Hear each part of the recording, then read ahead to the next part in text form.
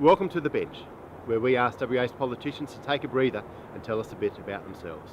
Hi, I'm Peter Klinger from Canning's Purple, and joining us on the bench today is Zak Kirkup, who in March was elected to State Parliament as a member for Dawesville.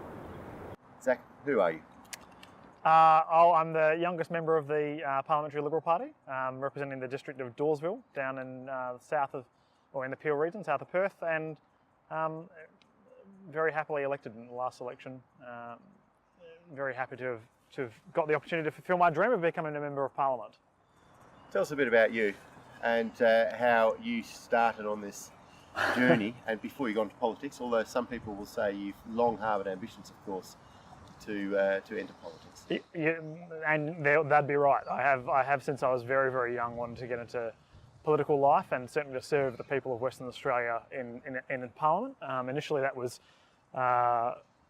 something that had a federal focus. I'm reminded often of the business card that I handed the former Prime Minister John Howard that said, or then Prime Minister John Howard that said, Zak R.F. Kirkup, future Prime Minister. But since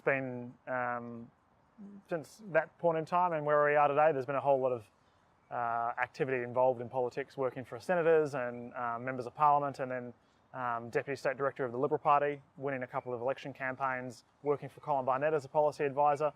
It's been a sort of my whole life. I've been brought up in the Liberal Party, and for better or for worse. What is it about politics? So not just being an elected member, but the political machine, and yeah. we'll get on to party politics later, but what is it about politics that's so appealing as opposed to being a lawyer and mounting a strong argument? Sure.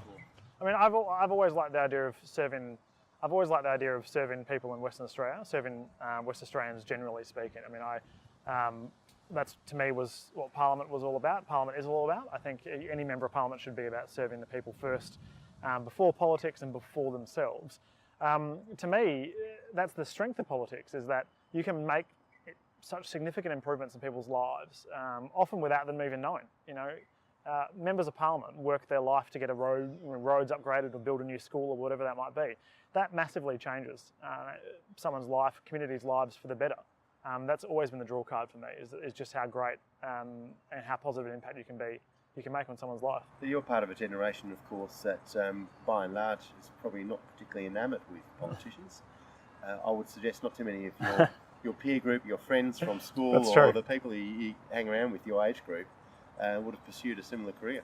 It's something that I think any institution, really, government, religion, organised religion, even as we see now, things like the Hollywood and the media, struggle with to try and translate what it is that they're really doing a lot of the time. So you're right, there's not a whole lot of faith in politicians from the younger generation. I would argue there probably hasn't been for many generations now.